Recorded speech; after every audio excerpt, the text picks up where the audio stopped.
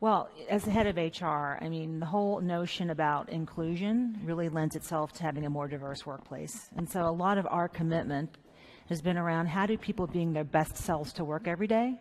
Because, you know, the notion of you have a separate work life and a home life has really become blurred, because you work quite a bit, and what you bring to home is what you bring to work. And so how do we create a place where people have a voice, where they're listened to, where they are a part of a bigger community and not in the margins?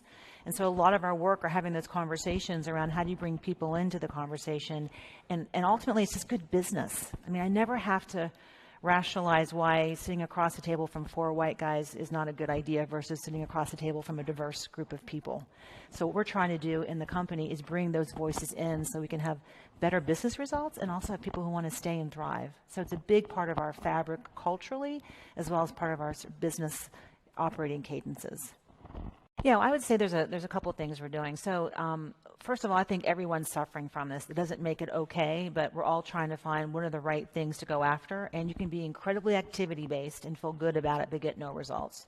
So we're trying to be really thoughtful about how we approach it. So it's everything from how do we build awareness, which is having us out here talking, and also us talking to our teams about how do they feel included and what are some things we can do to get them a bigger voice in the company.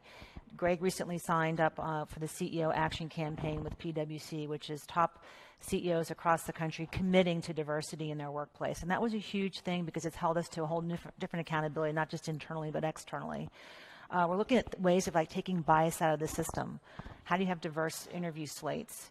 How do you have diverse panels? How do you gender neutralize job descriptions, which sometimes are so slanted one way, you're not attracting the right workforce?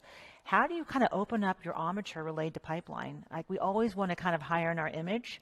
And back to Sheila's point, we have a gap in talent. So you have to be really thoughtful about, perhaps I think 70% of the capability we met by this person, because they have so much more they can learn and they have potential to go learn it. So how do we get a little more open around the type of people we go after? And then the last thing is, how do I build a better set of inclusive leadership? And that notion of servant leader. How do I get my leaders to bring people into the conversation? How do I have them make certain that they're listening to all the areas of opportunity? How do I make certain they're taking chances on people? They're being accessible.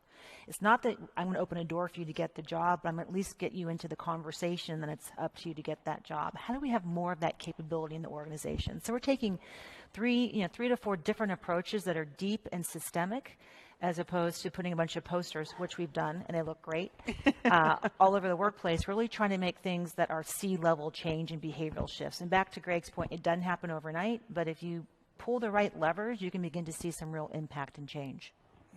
Yeah, I would say, I mean, one of the things that is so amazing about the company is the mission. People are here because they want to go after the bad guys. So that's not a hard thing to argue against. And I got to tell you, I was just telling Greg, I got hacked the other day with a food delivery service, of which I will not give you the name.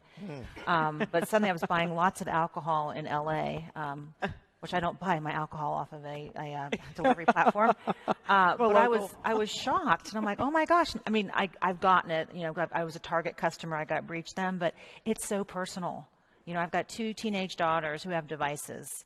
Our whole home is full of probably devices that I don't even know about, and it becomes super personal and super upsetting that you've been violated in terms of your personal information. And so for me personally, that's why I come to work every day, and the people we work with really care about this stuff. And back to Greg's point, we're doing things that matter, which makes it really easy to want to do this kind of work. Yeah.